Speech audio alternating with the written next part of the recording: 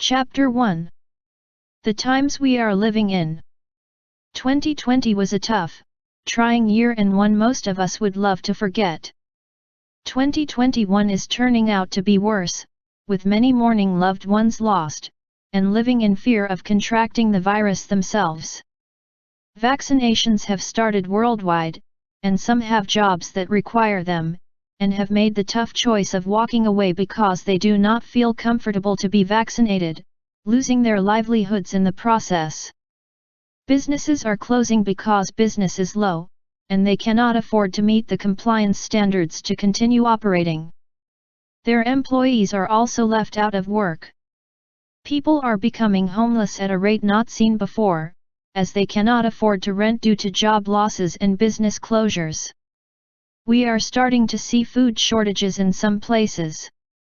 The lockdowns are also affecting mental health, with many giving in to anxiety and depression.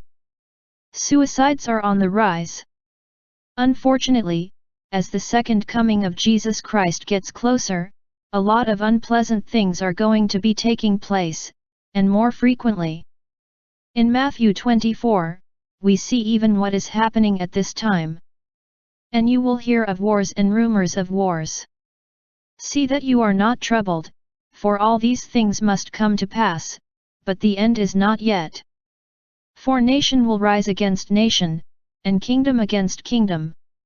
And there will be famines, pestilences, and earthquakes in various places.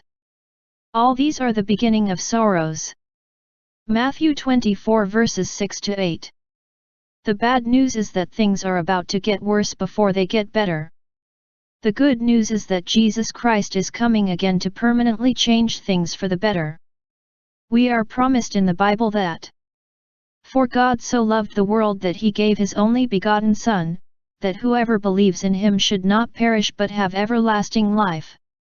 For God did not send his Son into the world to condemn the world, but that the world through him might be saved." John 3 verses 16 to 17. And God will wipe away every tear from their eyes, there shall be no more death, nor sorrow, nor crying. There shall be no more pain, for the former things have passed away. Revelation 21 verse 4. These promises will be fulfilled at the second coming of Christ, but until then, many unpleasant things are, and will continue taking place as we get closer to his return. Birth pangs become more frequent and intense, just as the prophesied signs will become worse and more common as it approaches. One of those things that is foretold in the Bible is the mark of the beast. A time is coming and soon to take place when everyone will need a certain mark to be able to buy or sell, as written. He causes all, both small and great, rich and poor, free and slave, to receive a mark on their right hand or on their foreheads. And that no one may buy or sell except one who has the mark or the name of the beast, or the number of his name. Revelation 13 verses 16 to 17. In other words, to have access to any service or to engage in business, the mark will be necessary. The problem is that God has strongly warned us not to get the mark. If anyone worships the beast and his image, and receives his mark on his forehead or on his hand, he himself shall also drink of the wine of the wrath of God, which is poured out full strength into the cup of his indignation. Revelation 18 verses 9 to 10. These are strong words of warning. Being obedient to God will mean the difficulty of not being able to buy and sell. Being able to buy and sell will mean the uncomfortable reality of going against God's warning, and the consequences of this choice.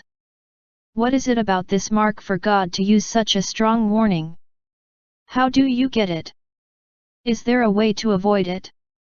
These are important questions that need answers so that you and I can make informed choices when the time of its enforcement comes. A clear understanding of what is at stake is a top priority. It is more important than anything because your life literally depends on it. This book is an attempt to help you understand what is at stake so you can make an informed decision. To be notified of future videos, please